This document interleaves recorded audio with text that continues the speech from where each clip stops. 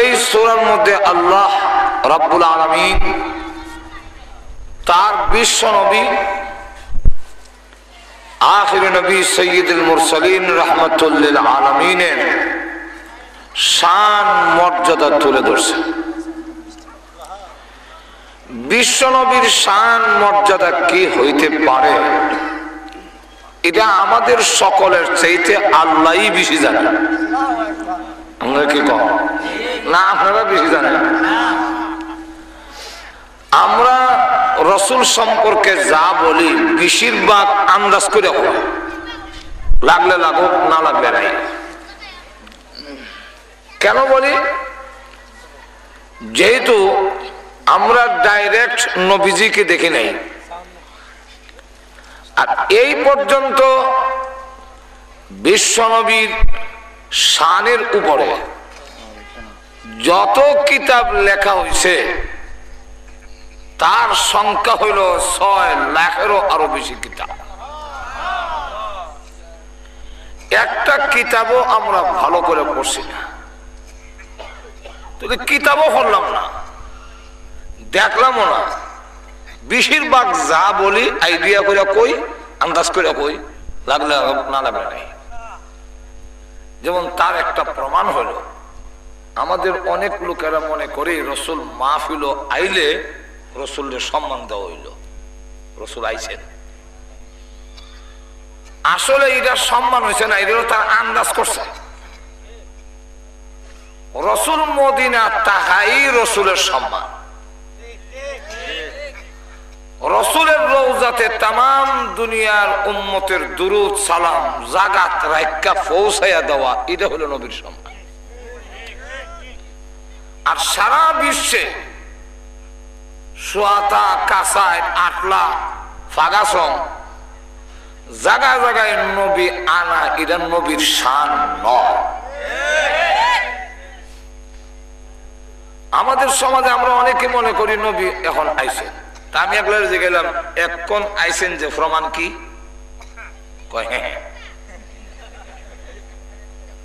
এখন আপনাদের নবীর সম্মানার্থে খারইলে আবার নবী তো কইতই বোঝে আমি জায়গা তোমরা বউ।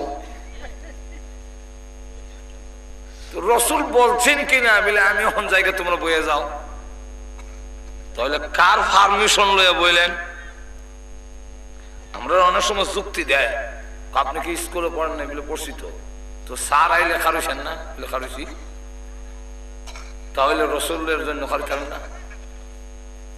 আমি বললাম কই আসমানের তারা আর কই কুনানের কিতাব, কই আগরতলা কই উগারতলা, জোরে কোন ঠিক কিনা? কই নবীজি আর কই মাস্টার, জোরে কোন ঠিক কিনা? স্যার তো বাড়ির থাকলে খারুতাম না, আইলে খারুতাম। আবার স্যার যতক্ষণ পর্যন্ত না বলছেন সিট ডাউন প্লিজ, এর আগ পর্যন্ত খারে থাকতাম। এর আগে কেউ বইলে বইলে গেলেন কানদের উপর নিল, তাহলে আপনি যে এখন বইলেন রসুল বলছেন কিনা যে এখন বউ আমি যাই গে, বলে তা তো জানি না, তাহলে কার পারমিশন লইয়া বইলেন? জোরে কোন ঠিক কিনা? আমরা যে সময় খারই এই সময় আয়, আবার আমরা যে সময় বই এই সময় জাগা। আমরা তাহলে তো এটা হয়ে গেল, নবীর সম্মানে দাঁড়ানো হয় নাই, নবীর সম্মানে বসা হয় নাই, বরং তোমার সম্মানের জন্য রসুলকে টাইন্না আনছো, ঠেল্লা বিদায় দিছ। টাইন্না আইন্না ঠেল্লা বিদায় দেওয়া এর দাম নবীর সম্মান হয় না, এটাকে নবীকে ইজ্জত করা হইল না। আপনারা কি কম হয়েছে? এই জন্য আমরা মনে করি নবী আইসেন।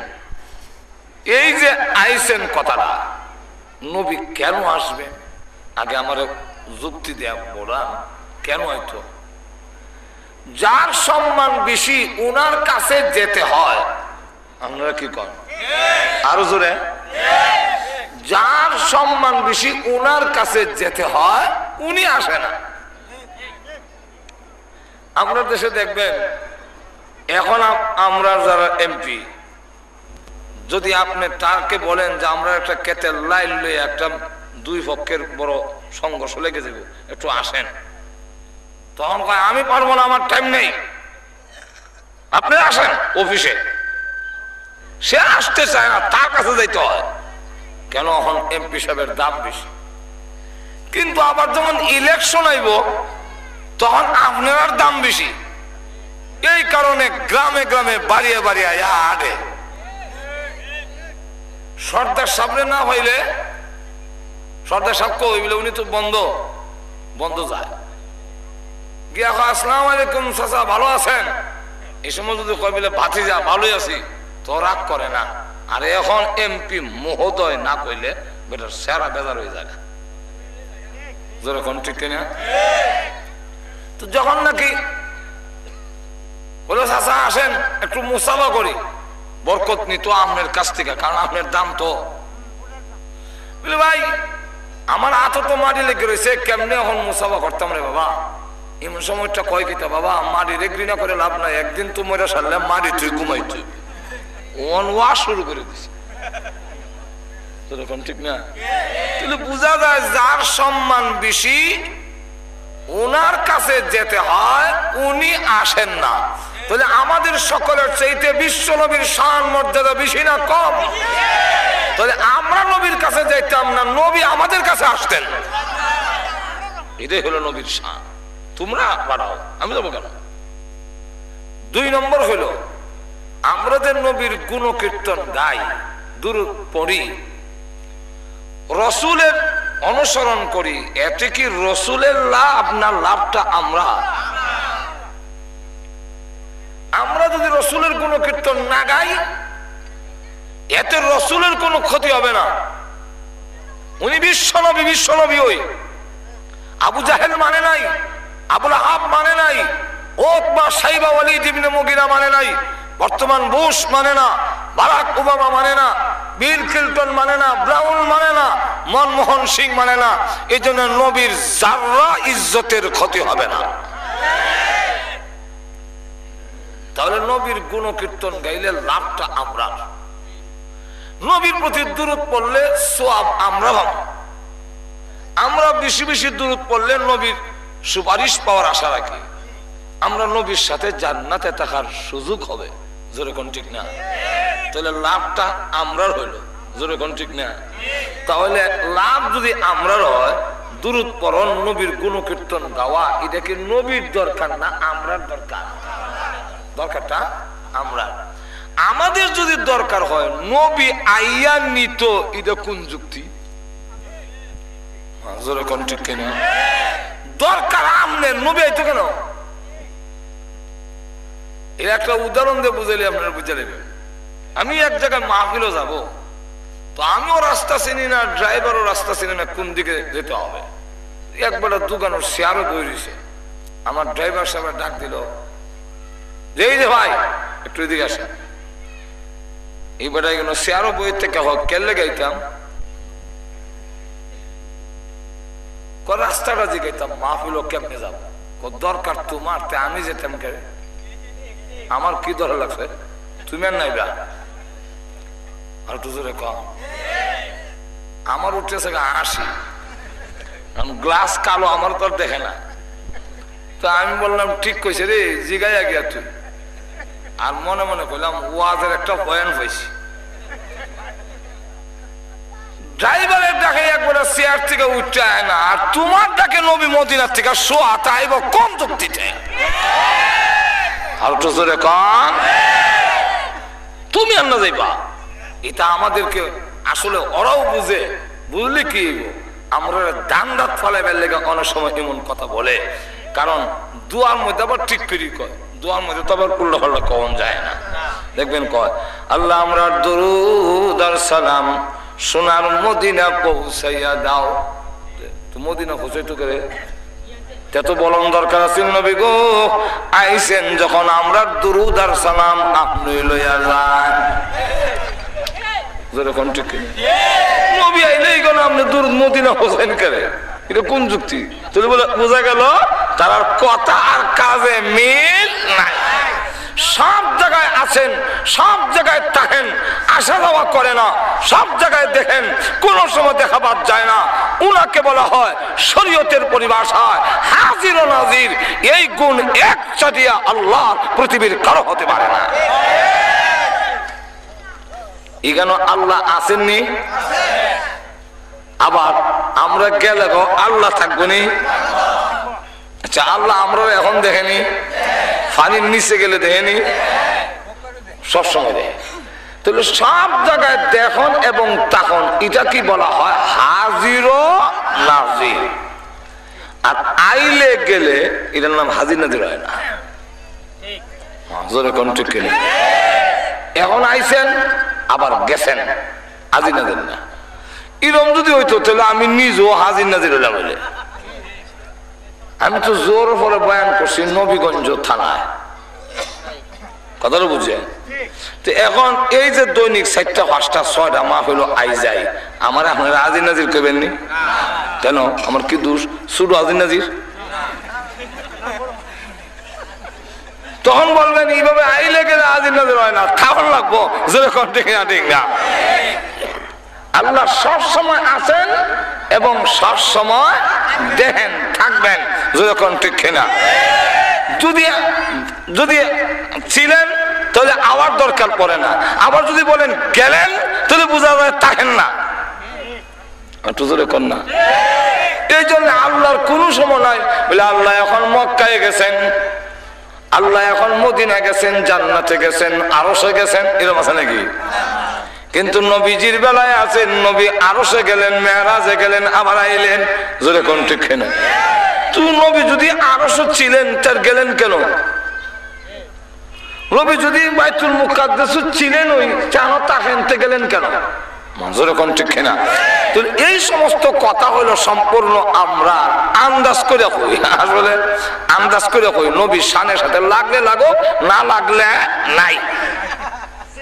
আর যুক্তি দেয় সূর্য যদি পারে নবী কেন পারবেন না? আমরা আজরাইল যদি পারে নবী কেন পারবেন না? ও ভাইয়েরা, তাহলে কি হইল?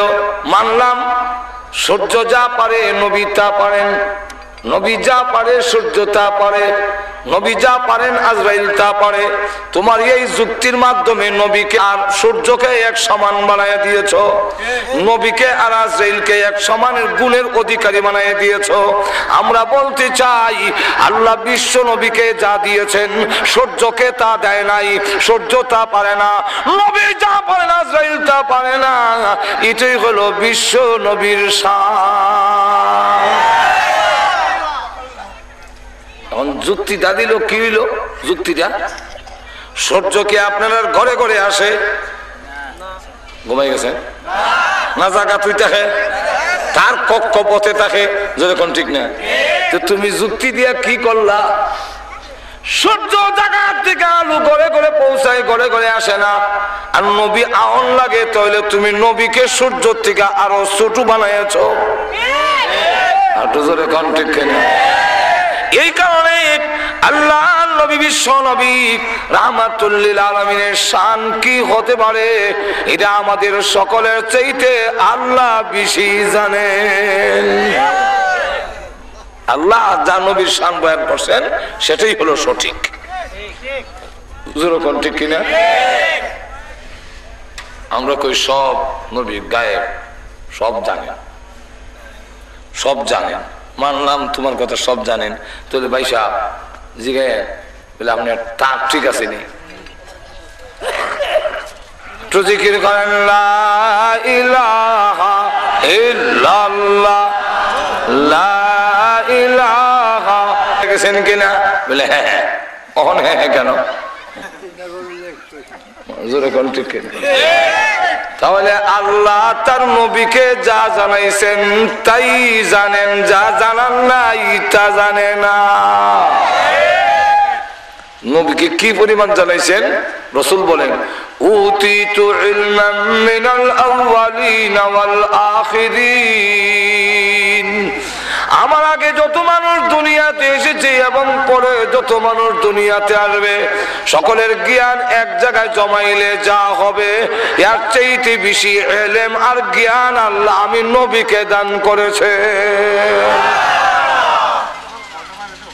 তাহলে বিশ্বনবী রাহমাতুল লিল আলামিনের শান কি হতে পারে আল্লাহ রাব্বুল আলামিন বেশি জানেন।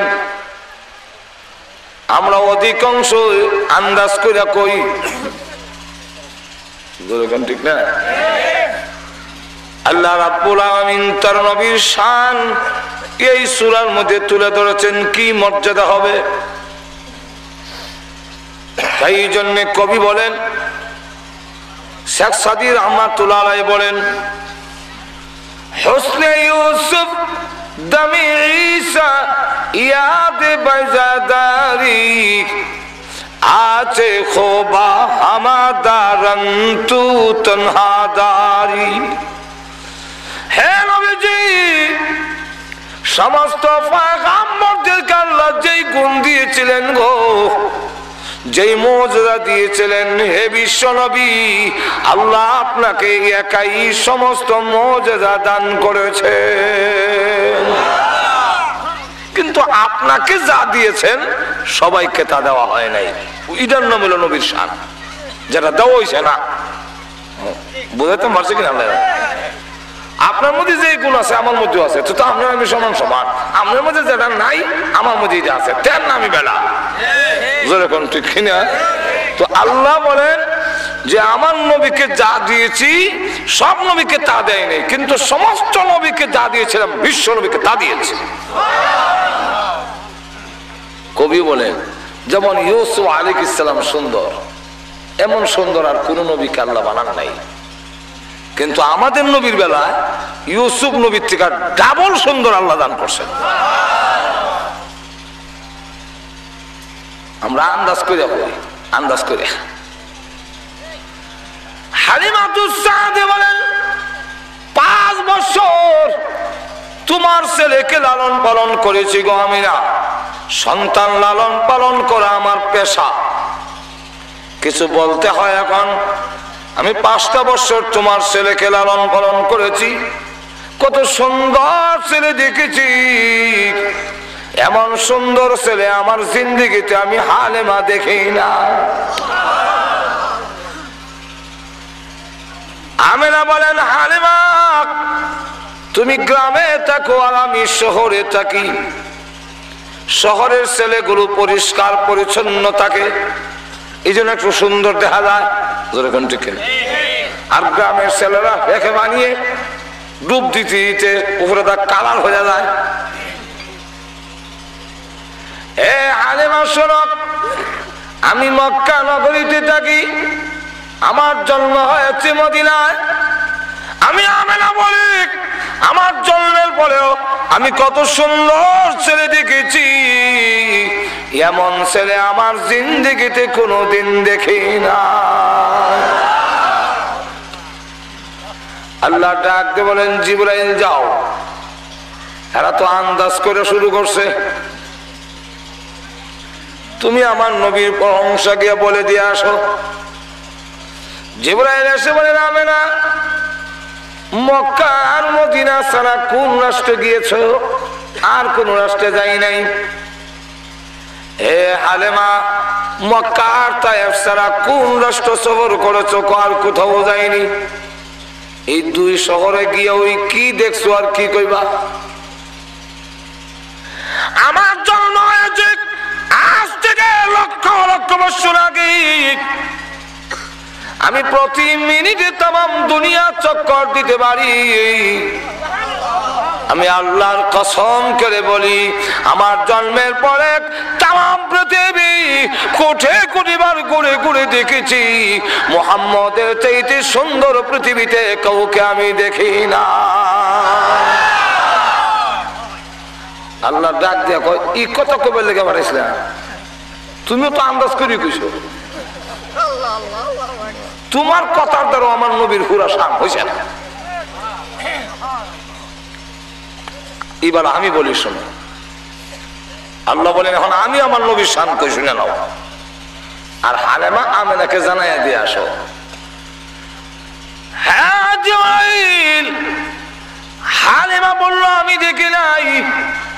আমেনা বলে আমি দেখি নাই, তুমিও বলছো আমি দেখি নাই, তাহলে তোমার দেখার বাইরে আছে মনে হয়, কথা তো বাকি থেকে যায়, জোরে কোন ঠিক কিনা? এ জিবরাইল এবার আমেনাকে জানাইয়া দাও, হালেমাকে জানাইয়া দাও, তুমি জিবরাইল জেনে রাখো তোমরা বলতেছো আমি দেখি নাই দেখি নাই, আর আমি আল্লাহ বলি तमाम পৃথিবীর মাখলুক আমি বানাইছি। আমি আল্লাহ আমার জাত আমার ইজ্জতের কসম করে বলি, আমার নবী বন্ধু মুহাম্মদুর রাসূলুল্লাহ সাল্লাল্লাহু আলাইহি ওয়াসাল্লামের চাইতে সুন্দর আমি আল্লাহ পৃথিবীতে কাউকে বানাই না। এটা হলো আমার নবীর শান, জোরে কোন ঠিক না? এর থেকে সুন্দর আল্লাহ বানাইছেই না, তে দেখবেন কোত্থেকে, জোরে কোন ঠিক না? এটা হইল নবীর শান বয়ান। তো কবি বলেন ইউসুফ আলাইহিস সালামের সুন্দর, আর ঈসা আলাইহিস সালাম ফুৎকার দিলে কুম্বি ইজনিল্লাহ কইলে, কুম্বি ইজনিল্লাহ কইলে এমনি মুর্দা জিন্দা হয়ে উঠতো, আল্লাহর হুকুমে উঠতো। এই মুজিজা আল্লাহ বিশ্বনবীকেও দান করেছিলেন। মুসা আলাইহিস সালাম বুগল তলিতে হাত রাখলে হাত লাইটের মতো হয়ে যেত। এই মুজিজা আল্লাহ বিশ্বনবীকে দিয়েছিলেন, কিন্তু বিশ্বনবীকে যা দিয়েছিলেন সব নবীকে তা দেয় নাই। এখন ঠিক না? এবার আসুন বিস্তারিত আলোচনা করতে গেলে, সূরা কাউসারের তাফসীর আলোচনা করতে গেলে 40 দিন সময় হইলে, কারণ শুধু কাউসার শব্দটার অর্থ তাফসীরে কাবীরের মধ্যে লেখছেন 40টা অর্থ কাউসার। 40 দিন কম লাগবে, কথাটা বুঝছেন? তাহলে আগে আসুন এই সূরাটা কেন নাজিল হলো তার শান নজুলটা বললেই ভিতরের জিনিসটা বের হয়ে আসবে, জোরে কোন ঠিক কিনা? এই সূরাটা নাজিল করার দুইটা কারণ, দুইটা শান নজুল। কয়টা শান নজুল? দুইটা। একটা শান নজুল হইল রাসূল যেই সময় পৃথিবীতে আসছিলেন মক্কাতে, তখন মক্কার লোকেরা আল্লাহর দাসত্বর গোলামি বাদ দিয়া গায়রুল্লাহর পূজাতে লিপ্ত হয়েছে।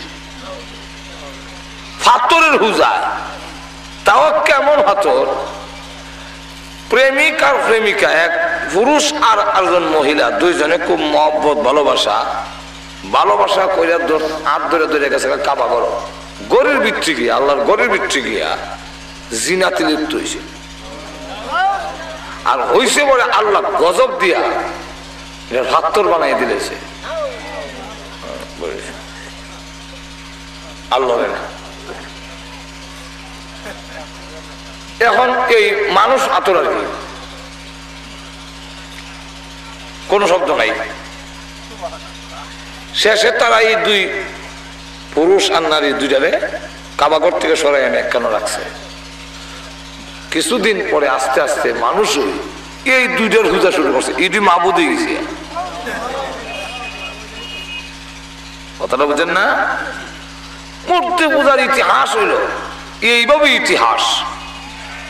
মূর্তি কোনদিন মানুষের উপাস্য হইতে, আটো জোরে কন্যা, মূর্তি কোনদিন মানুষের কল্যাণ করতেও পারে না, কল্যাণ ঠাইনাও আনতে পারে না।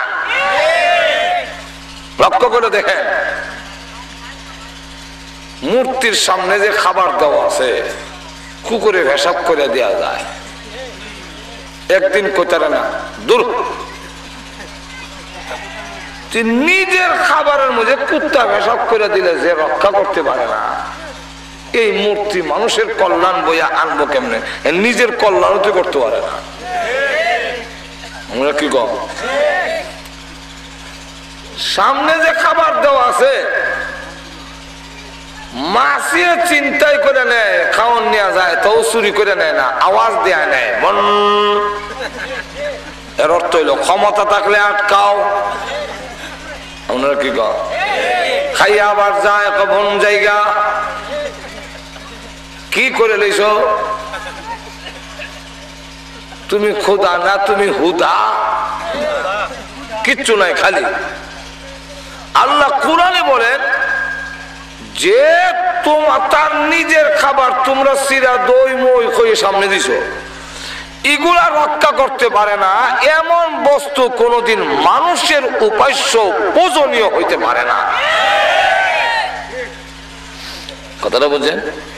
এখন আসুন সামনের দিকে যাই। 360টা মূর্তি নিয়ে কাবা ঘরের ভিতরে ঢুকেছে। ইব্রাহিম আলাইহিস সালাম উনার বাপরে বুঝাইবে লেগে খুব চেষ্টা করছে, এ আব্বা জান লিমা তা'বুদু মা লা ইয়াসমাউ ওয়া লা ইউবসিরু ওয়া লা ইউগনি আনকা শাইআ। এ আব্বা, যারা শুনে না, দেখে না, কোনো কিছু সাহায্য করতে পারে না, এমনটার ইবাদত কেন করেন? অনেক যুক্তি দিয়ে বুঝাইও যখন পারে না, বাপের একটা কথা ওই, এটা আগের থেকে কইরেছি, বাপ দাদা করছে, করুম জোরে কম, ঠিক কিনা? বাপ দাদা কইরেছে করুন না, তো বাপ দাদা তো লেংটি মিনছে, হিন লেংটি, জোরে কম, ঠিক কিনা? জুতা হাও দিছে না, জুতা গাড়ে যাও, জোরে কম, ঠিক কিনা? আমরা সমাধান বাপ দাদা আমল থেকে করেছে, যেরকম ঠিক কিনা? তুই বাপ দাদা আমলে কেউ জুতা হাও দিছে না, হাও উচ্চা ঘুমাই দিছে, তুমি আমার জুতা হাও দেখে, জোরে কম, ঠিক না? বাপ দাদার আমলে দেখছি গামছা বিন্দা বই দিয়েছে, খাওয়া হিন্দু গামছা বিন্দু গা, মানে জোরে কম, ঠিক কিনা?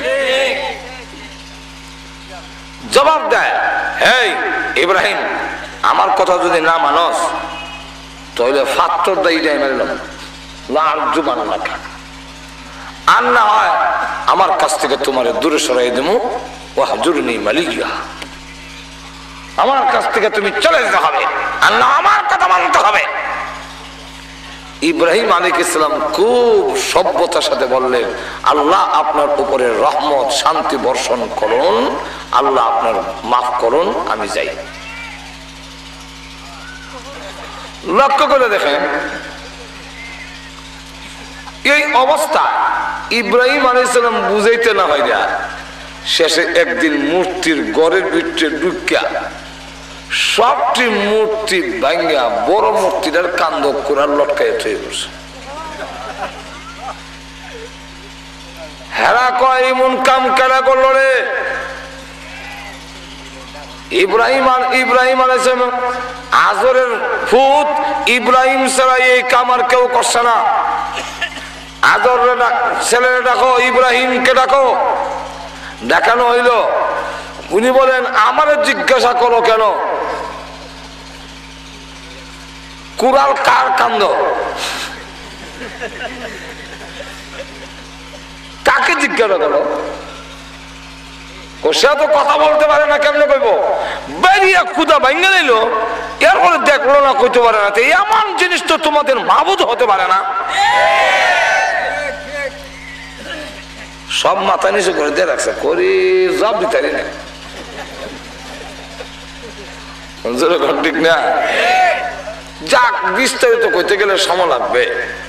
তাহলে আপনারা বলতে পারেন, মূর্তির পিছনে যারা দৌড়ে, ল্যাংটার পিছনে যারা দৌড়ে, গাঁজাখুরির পিছনে যারা দৌড়ে, ভণ্ডের পিছনে যারা দৌড়ে, এরা কিছু না পাইয়া যায় কেমনে? অবশ্যই কিছু পায়, না পাইয়া যায় না। বলবো আল্লাহ নবী বলেছেন, কোরআন বলছে, ওই এক একটা মূর্তির ভিতরে এক একটা শয়তান গিয়ে ঢুকা মাঝে মাঝে আওয়াজ দিত। ওই আওয়াজ দিলে এরা মনে করতো ভগবান আল্লাহ এদের বিচ্ছাই আমাইছে। দেখেন আমাদের দেশে দাড়ি মুছে কেন করে নিছে, গুতায় হদ বাই করন লাগে, থুম দূরে বইছে, নামাজও নাই, পেশাব করে পানিও নাই, কিন্তু মাঝে মাঝে আওয়াজ দেয়, হাক মাওলা। দিয়া কয় তুই বাইগন দেখে এস ঠিকই আমি বাইগন দেখাইছি এমনি ঠিক না হাক মাওলা তোর ফিডের মধ্যে একটা মেজ আছে ও বাবা আমার কাপড়ের তলের খবর কেমনে খুঁজা বেলা বই দিচ্ছে মাল আছে ঠিক না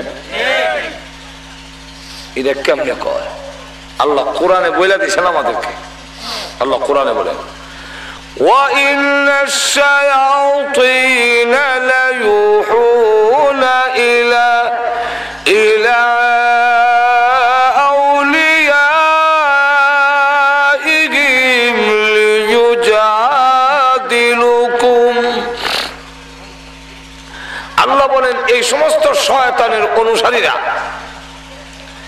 এদের কাছে এরা হলো শয়তানের বন্ধু তাই শয়তান এদের কাছে শয়তান এদের কানে ওহী নাযিল করে কেন লিউজাদিলুকুম তোমাদের মধ্যে বিভেদ সৃষ্টি করার জন্য ঝগড়া সৃষ্টি করার জন্য এদের সময় কইছে হক মাওলা এই সময় শয়তান কানে কানে কইছে এই যে বাইগন দেখাই আইছে আমি দেখছি হে আমারে দেখছে না তুই কইয়া দিতেলে তোর কারামতি যাই দিব ক তোর মুরিদ হইলে আমার মুরিদ হইল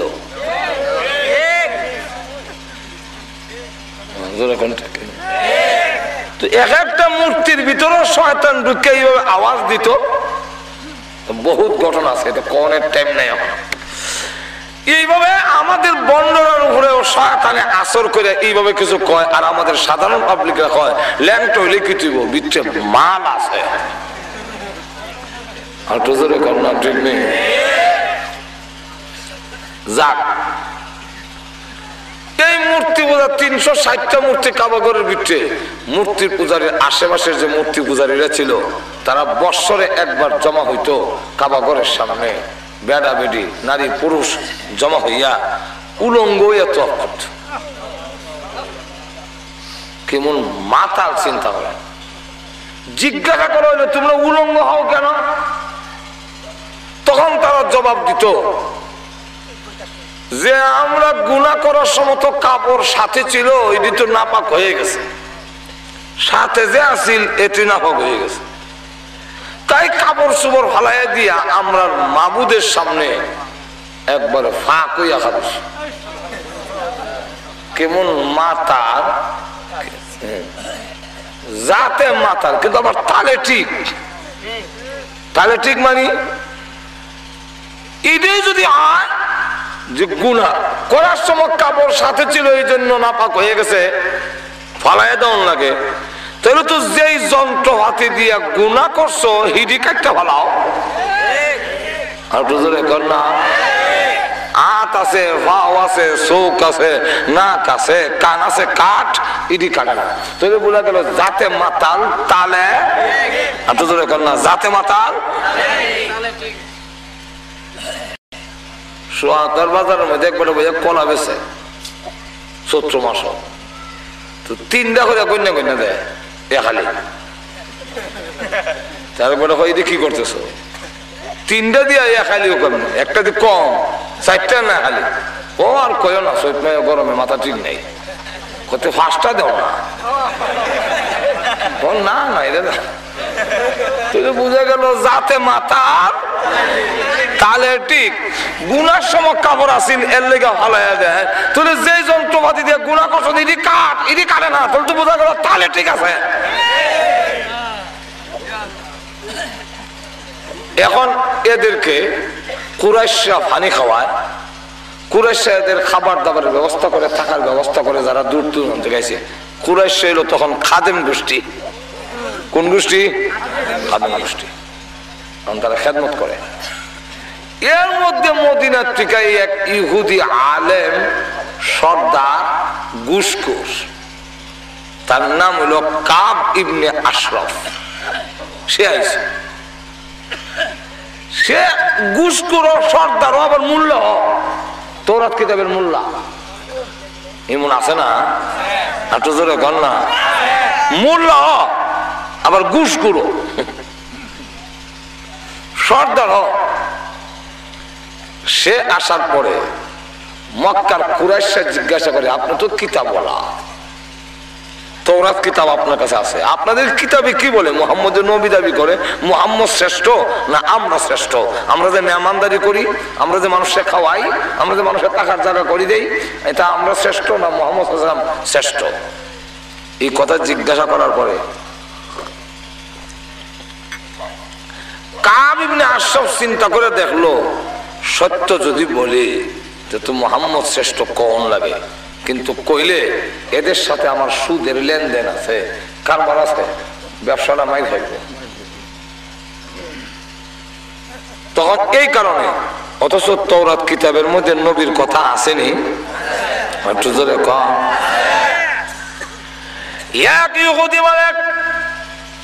আমি তওরাত কিতাব উল্টাইলাম, উল্টায় দেখি 3 জায়গায় মুহাম্মদ সাল্লাল্লাহু আলাইহি ওয়াসাল্লামের নাম তওরাত কিতাবে লেখা। ভাবলাম এই নাম মিটায়ে ফেলি, তাহলে হয়তো আর কেউ পাবে না। মিটায়ে ফেললাম, পরে তওরাত কিতাব উল্টায় দেখি 6 জায়গায় মুহাম্মদের নাম লেখা। বাড়ছে না কমছে? 6 জায়গার থেকে নাম মিটায়ে ফেললাম, মনে মনে ভাবলাম আর হয়তো কেউ পাবে না। পরে তওরাত কিতাব উল্টায় দেখি 9 জায়গায় মুহাম্মদ লেখা। মিটাই একবার, বাড়ে 3 গুণ। এর কারণ কি? 9 জায়গা থেকে মুহাম্মদ সাল্লাল্লাহু আলাইহি ওয়াসাল্লামের নাম মিটাইয়ে ফেললাম, মনে মনে ভাবলাম এই নাম হয়তো আর কেউ পাবে না, কিন্তু পরে উল্টে দেখি 12 জায়গায় মুহাম্মদের নাম লেখা। তাই গেলাম বড় একজন ইহুদি আলেমের কাছে, হুজুর 3 বার পেয়েছিলাম, নাম মুছে ফেললাম, 6 হয়ে গেল, 6 মুছে ফেললাম, 9 হয়ে গেল, 9 মুছলাম তো 12 হয়ে গেল। 3 একবার মুছি 3 গুণ করে বাড়ে, এর কি রহস্য? এমনি ইহুদি আলেম দমক দিয়ে বলে, ওরে নির্বোধ কোথাকার, কোথায় হাত দিয়েছো? যেই নামের হেফাজতের দায়িত্ব আল্লাহ গ্রহণ করেছেন, সেই নাম যদি তুমি মিটাইতে থাকো, আল্লাহর কসম শেষ পর্যন্ত তওরাতে মুহাম্মদ ছাড়া আর একটা শব্দ বাকি থাকবে না।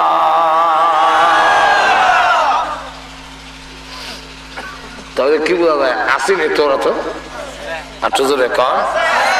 শুধু খালি এখানেই না, নবীজির মাথা মোবারক কেমন, চোখ মোবারক কেমন হবে, ব্রুজরা কেমন হবে, নাক মোবারক কেমন হবে, স্বাস্থ্য কেমন হবে, লম্বা হবে না বাটি হবে, মোটা হবে না হালকা হবে, চুল মোবারক গোয়ামুড়ি হবে না একবারে সোজা হবে, গোয়ামুড়ি ছাড়া কোনটা, সবগুলো তওরাত কিতাবের মধ্যে এমন ভাবে বর্ণনা করে আছে।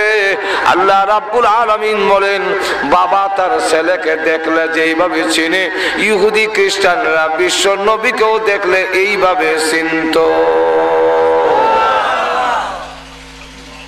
আল্লাহ কোরআনে বলছেন, অসুবিধা হইতাছে না? আল্লাহ কোরআনে বলেন, আল্লাযীনা আতাইনাহুমুল কিতাব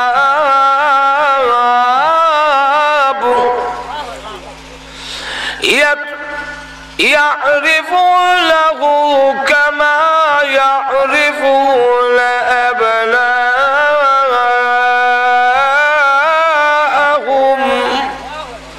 আল্লাহ বলেন, আমি যাদেরকে কিতাব দিয়েছি তারা আমার নবীকে দেখলে এইভাবে চিনে যেইভাবে বাবা তার ছেলেকে চিনে।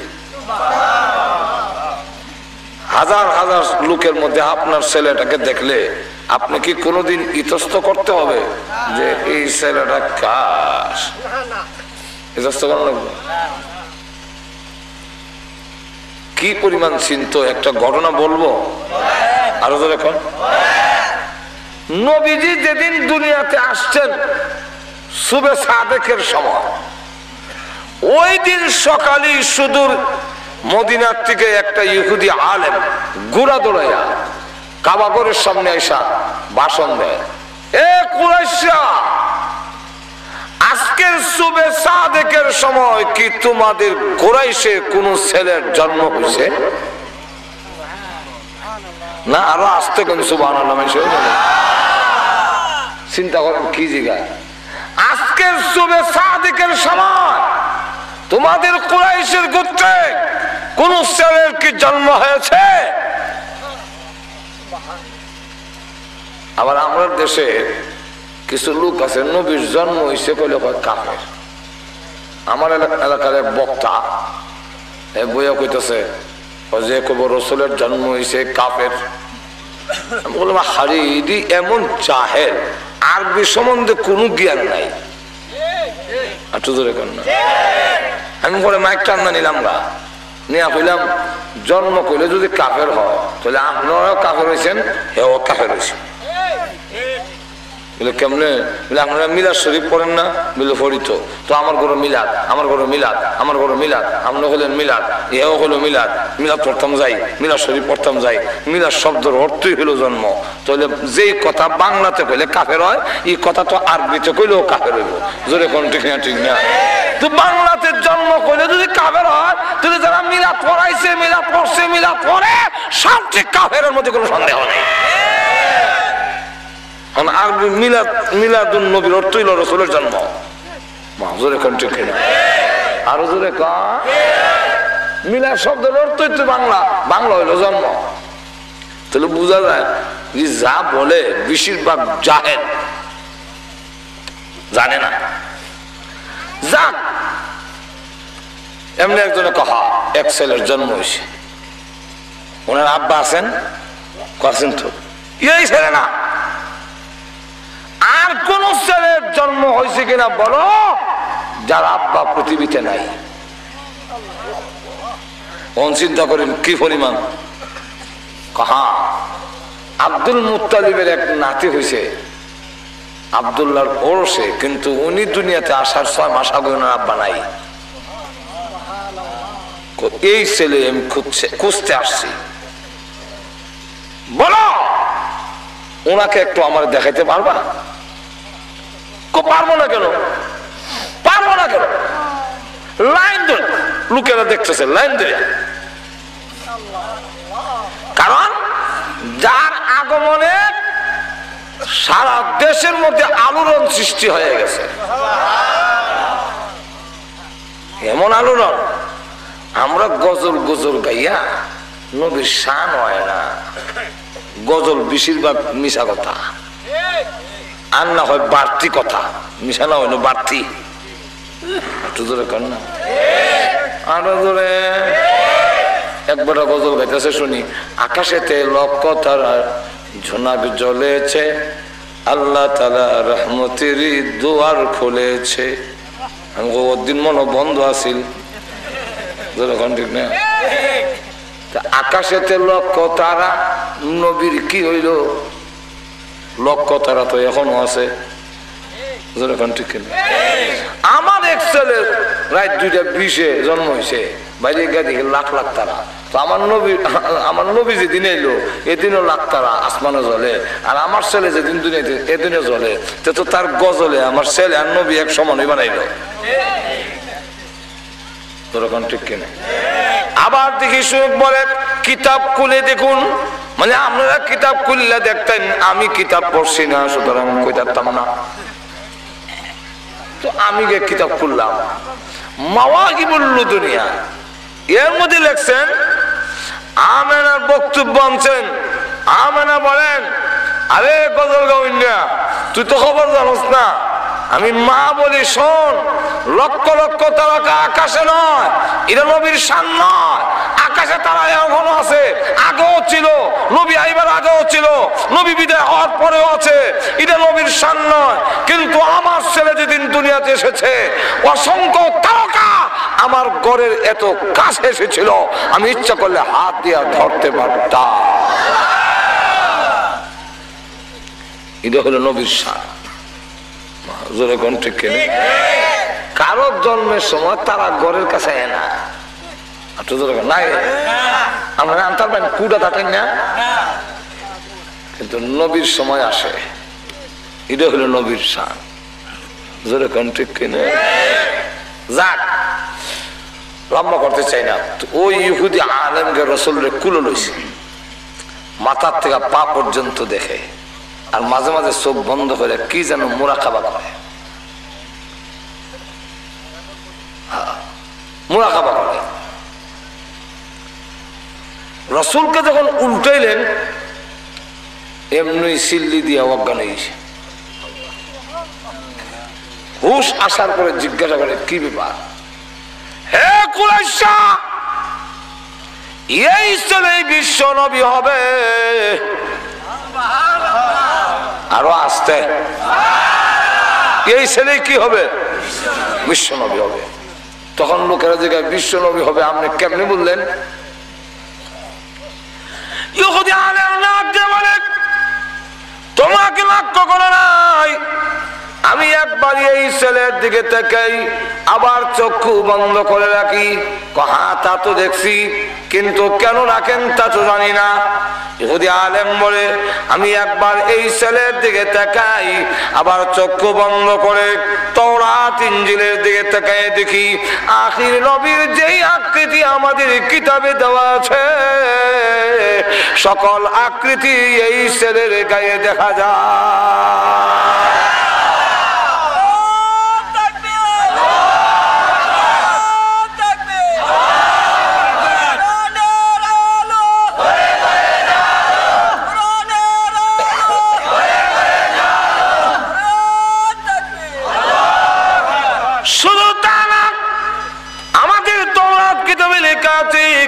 বিশ্ব নবী যিনি হবেন ওনার দুই কাঁধের মাঝখানে কবুতরের ডিমের মতো মহরে নবুয়ত, নবুয়তের সিল মোহর খাতামুন নবীন সিল মোহর থাকবে। আমি ওনাকে উল্টায় তাকায় দেখি ওনার দুই কাঁধের মাঝখানে খাতামুন নবীনের সিল মোহর দেওয়া। আচ্ছা বুঝলাম উনি নবী হবে, তা আপনি বেহুশ হয়েছেন কেন? জোরে কোন ঠিক না? আপনি বেহুশ হইলেন কেন? উনি ডাক দিয়ে বলে বেহুশ হওয়ার কারণ হইল এতদিন পর্যন্ত আমরা আশায় বসে রইছিলাম এই নবী আমাদের বংশে আসবে, আমাদের গোত্রে আসবে। আজকে তাকায় দেখে উনি আমাদের বংশে না, ইয়া ইসমাইল আলাইহিস সালামের বংশে এসে গেছেন। বিশ্ব নবীর নবুয়ত থেকে যে বঞ্চিত হয়ে গেলাম এই ব্যথায় অজ্ঞান হয়ে গেছি।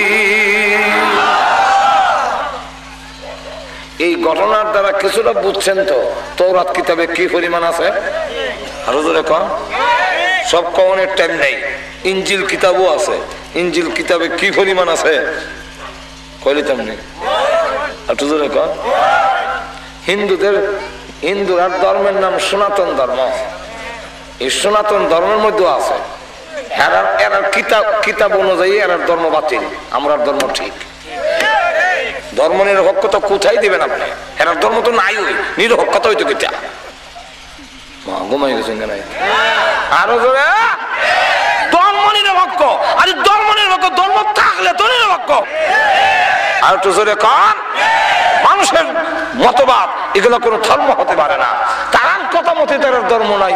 সনাতন ধর্মের সেই বেদ পুরাণের মধ্যে লেখা আছে যখন নাকি ওই ধর্মগুরু আসিবে যার নামের প্রথম অক্ষর ম শেষের অক্ষর দ এবং যার ধর্মে গরুর গোশত ভক্ষণ করা হালাল হইবে সেই ধর্মগুরু আসিলে আমার সনাতন ধর্ম বাতিল হয়ে যাবে, এটা থাকবে না।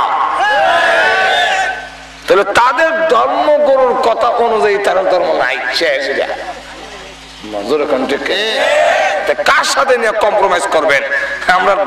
আমরা দেশের ধর্ম প্রতিমন্ত্রীর কথা শুনলে বোঝা যায় আসলে উনি যে কোন ধর্মের মন্ত্রী এটাই বুঝতে উঠতাম পারি না। ধর্ম কৃষিমন্ত্রী লাঙ্গল নাই, জোয়ার নাই, লাঙ্গল নাই, জোয়ার নাই, কৃষি মন্ত্রী ঠিক না। ধর্ম কর্ম নাই, ধর্ম প্রতিমন্ত্রী, দাড়ি নাই, টুপি নাই, ঠিক না। ধর্মমন্ত্রী কই কি ধর্মমন্ত্রীর কথা আমার তো আশ্চর্য লাগে। বিশ্ব নবী নাকি মসজিদের অর্ধেক হিন্দুরা দিলেছিল পূজা করতো, এমন আশ্চর্য কথা আমার জীবনের জন্ম করে বলছিও না, জানছিও না। নজরে কোন ঠিক কিনা? এতে বোঝা যায় ধর্ম প্রতিমন্ত্রীর ধর্মীয় জ্ঞান নাই। সরকারের উচিত একজন ধর্মের জ্ঞান রাখে এমন লোককে ধর্ম প্রতিমন্ত্রী বানানো। আর তো জোরে কর ইয়া আল্লাহ, উল্টা পাল্টা কাম। জোরে কোন ঠিক কিনা? দেশ চলছে উল্টা, রাজা নাই, বাদশা নাই, রাজশাহী, জাল নাই, কাঠি নাই, জালো কাঠি। জোরে কোন ঠিক কিনা? এলাকা লাঙ্গল নাই, জোয়ার নাই, কৃষি মন্ত্রী। যাক, সামনের দিকে যাই। এখন লক্ষ্য করে দেখেন, এই ধর্ম হেরার কথা মতে ধর্ম থাকে না। ইহুদিদের ধর্ম মতে, ইহুদিদের ধর্মের তৌরাত কিতাবের মধ্যে লেখা, বিশ্ব নবী যখন আসবে তখন লা তুমিনুন বিহি ওয়ালা তানসুরুন্না, তখন তার প্রতি ঈমান আনতে হবে এবং তাকে সাহায্য করতে হবে, আমার ধর্ম বাতিল হয়ে যাবে। তাহলে তাদের ধর্মগ্রন্থের কথা অনুযায়ী ইহুদির ধর্ম বাতিল, ধর্ম রইল না। খ্রিস্টানদের কথা অনুযায়ী ঈসা আলাইহিস সালাম বলে গেছেন বাদ ইসমুহু আহমদ, আমার পর একজন নবী আসবে যিনি আহমদ অর্থাৎ মুহাম্মদুর রাসূলুল্লাহ সাল্লাল্লাহু আলাইহি ওয়াসাল্লাম। তাহলে তাদের ধর্ম প্রবর্তক যিনি, তাদের ধর্ম